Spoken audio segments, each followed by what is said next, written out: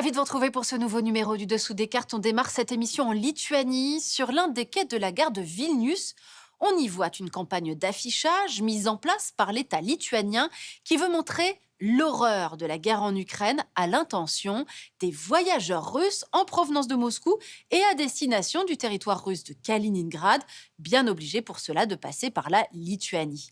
Objectif: profiter de cet arrêt en gare pour tenter de réveiller les Russes sur la réalité d'une guerre déclenchée par leur président Vladimir Poutine. Lituanie, Lettonie, Estonie, trois petits pays méconnus du nord-est de l'Europe que la guerre en Ukraine mobilise particulièrement, eux qui ont fait partie de l'URSS avant 91 et qui demeurent voisins directs de la Russie. Alors on a voulu vous faire découvrir ce qu'on appelle souvent sans distinction les États baltes, ce qui les unit, à commencer par leur peur de Moscou, mais également ce qui les distingue. Sortons nos cartes. Les pays baltes sont situés au nord-est de l'Europe, en bordure de la mer Baltique. Trois pays, l'Estonie, le plus petit des trois États, d'une superficie de 45 200 km², équivalente à celle de la Suisse. Elle partage des frontières terrestres avec la Russie et la Lettonie, et des frontières maritimes avec la Suède et la Finlande. Très ouverte sur la mer, l'Estonie compte 3800 km de côte et plus de 2000 îles. Sa capitale est Tallinn, sa population en 2022 est de 1,3 million d'habitants, dont presque un tiers vit dans la capitale. Vient ensuite la Lettonie. D'une superficie de 64 589 km², elle partage des frontières terrestres avec la Lituanie, l'Estonie, la Russie et la Biélorussie. Et une frontière maritime avec la Suède. Sa capitale est Riga, sa population est de 1,9 million d'habitants, dont pratiquement un tiers dans la capitale. Enfin, le plus méridional des trois États, la Lituanie. D'une superficie légèrement supérieure à celle de son voisin letton, 65 286 km², elle partage des frontières terrestres avec la Lettonie, la Biélorussie et la Pologne, ainsi qu'avec l'exclave russe, on l'a dit, de Kaliningrad, et une frontière maritime avec la Suède. Sa capitale est Vilnius. La Lituanie est le plus peuplé des trois États baltes avec 2,9 millions d'habitants, mais contrairement à ses deux voisins, la population est plus également répartie entre la capitale et les villes de Kaunas et de Klaipėda. Bien qu'indépendants et dotés chacun de singularités sur lesquelles nous reviendrons, ces trois États possèdent beaucoup de choses en commun, à commencer par leurs caractéristiques géographiques. Appartenant à la vaste plaine d'Europe de l'Est, les pays baltes occupent un territoire au relief peu accentué, leur point culminant en Estonie dépassant à peine les 300 mètres d'altitude. Ils partagent également un couvert forestier dense, autour de 50% du territoire, en Lettonie et en Estonie, et seulement un tiers en Lituanie. Les trois pays sont également dotés d'un important réseau hydrographique et d'un climat contrasté allant de moins 30 degrés l'hiver à plus 30 degrés l'été. Au niveau historique, les pays baltes possèdent également de nombreux points communs. Leurs populations sont majoritairement d'origine viking et leurs territoires ont régulièrement été assujettis à leurs voisins les plus puissants.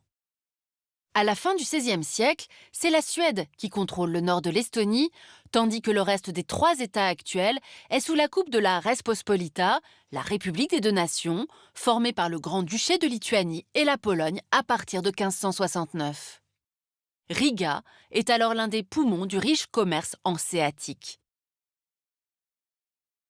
Mais au XVIIe siècle, cette alliance lituano-polonaise cède rapidement du terrain face à la Suède, l'Empire ottoman, la Russie et la Prusse. À la fin du XVIIIe, les deux républiques sont littéralement avalées par les Habsbourg, les Prussiens et les Russes. Les pays baltes passent alors sous la coupe des Russes pour longtemps. Si la chute du régime tsariste en 1917 leur permet de gagner leur souveraineté un an plus tard, le répit sera de courte durée. Car à la faveur de la Seconde Guerre mondiale, Moscou annexe l'Estonie, la Lettonie et la Lituanie pour en faire des républiques soviétiques. Et il faudra attendre 1989 et le début de l'effondrement de l'URSS pour que les États baltes retrouvent la voie de la souveraineté. Le 23 août, 2 millions d'habitants des trois États forment une chaîne humaine de 560 km de long, reliant Tallinn à Vilnius en passant par Riga.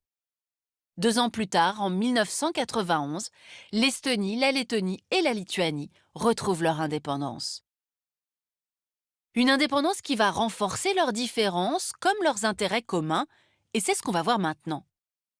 Bien que partageant, on l'a vu, des ancêtres communs, les trois pays sont dotés de langues différentes. Si le letton et le lituanien sont tous deux d'origine indo-européenne et présentent quelques similitudes, l'estonien appartient à la famille des langues ouraliennes et se rapproche du finlandais. Ainsi, merci se dit paldies en letton, ačiū en lituanien et tänanteid en estonien. Pas vraiment de ressemblance comme vous pouvez le constater. Si la Lituanie se tourne volontiers pour des raisons historiques vers la Pologne, l'Estonie, elle, se considère comme un pays nordique aux côtés de la Finlande et de la Suède. Enfin, du côté des religions, Estonie et Lettonie sont luthériennes, tandis que les Lituaniens sont majoritairement catholiques. Au niveau économique, après quasiment un demi-siècle de communisme, les trois États baltes ont opté dès leur indépendance pour un modèle libéral, ce qui leur a permis d'attirer rapidement des capitaux étrangers, principalement scandinaves. Mais même si l'essentiel de l'activité économique de chacun se situe dans le secteur tertiaire, les trois États, on va le voir, ont opté pour des stratégies différentes.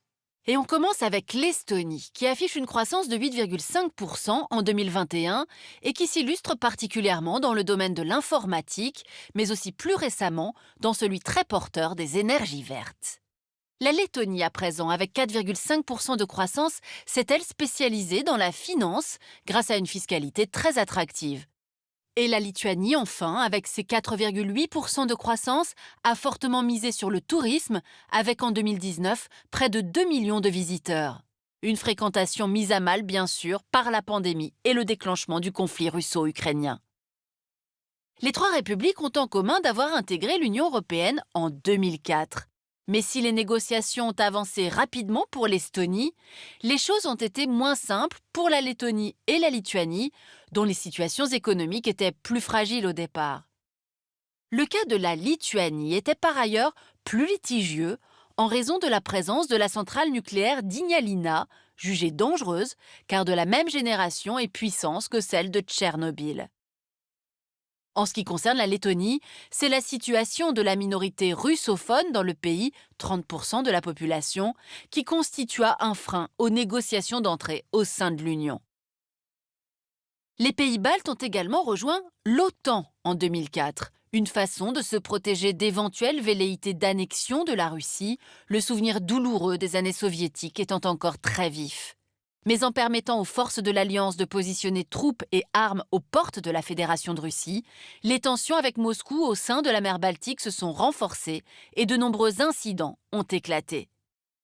Tout particulièrement depuis l'annexion de la Crimée en 2014, puis bien sûr depuis l'invasion de l'Ukraine en 2022, les États baltes ayant dès le départ soutenu l'Ukraine, alerté leurs alliés occidentaux sur les velléités expansionnistes de Poutine et rapidement pris des mesures de rétorsion contre la Russie.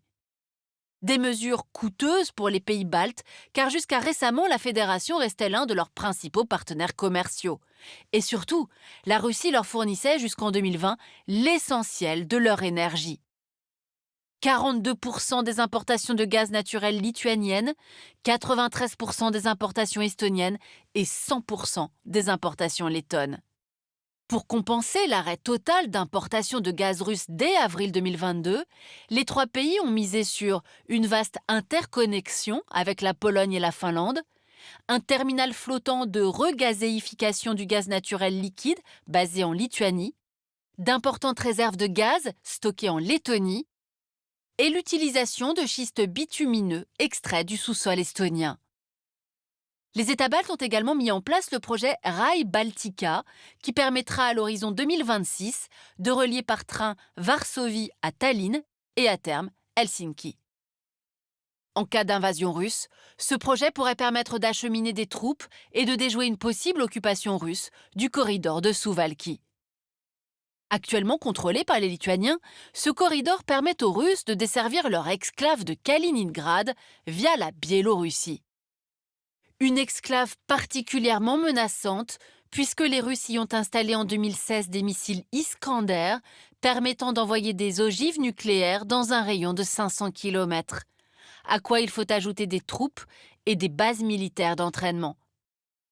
Des troupes à mettre en rapport avec celles stationnées chez le voisin biélorusse, allié de Moscou.